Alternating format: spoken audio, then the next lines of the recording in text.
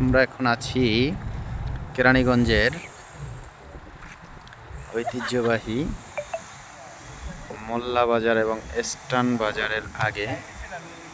এই যেই Keraniganj railway station, যেই স্টেশনটা হয়ে চলে গেছে মাওয়া পদ্মা সেতু দিয়ে, এখান থেকে ট্রেন চলাচল করে। আজকে সাদিয়াকে নিয়ে, সাদিয়ার অনেক দিনের আবদার, বাবা আমাকে একটু ঘুরতে নিয়ে চলো, তাই আসলাম। আসলে মানসিক অবস্থা ভালো না, তারপরেও আপনাদেরকে একটু দেখানোর চেষ্টা করছি।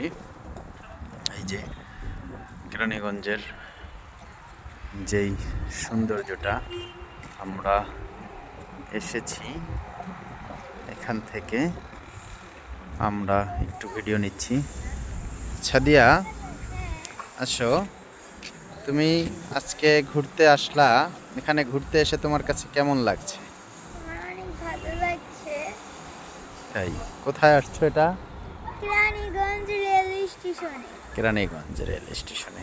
জায়গাটা কেমন? জায়গাটা অনেক সুন্দর, মানে একটা রিসোর্টের মতো।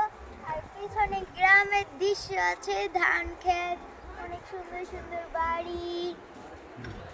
তো এখানে আসলে আপনারা গ্রামের দৃশ্যও দেখতে পারবেন কিছু। তাই হ্যাঁ। তোমার কাছে ভালো লাগছে না? জি। তুমি দর্শকদের উদ্দেশ্যে কিছু বলবা? হ্যাঁ, আপনাদের যদি গ্রাম না থাকে কিন্তু গ্রামে কিছু দৃশ্য দেখতে ইচ্ছা করে, তাহলে আপনারা এই জায়গায় আসতে পারেন।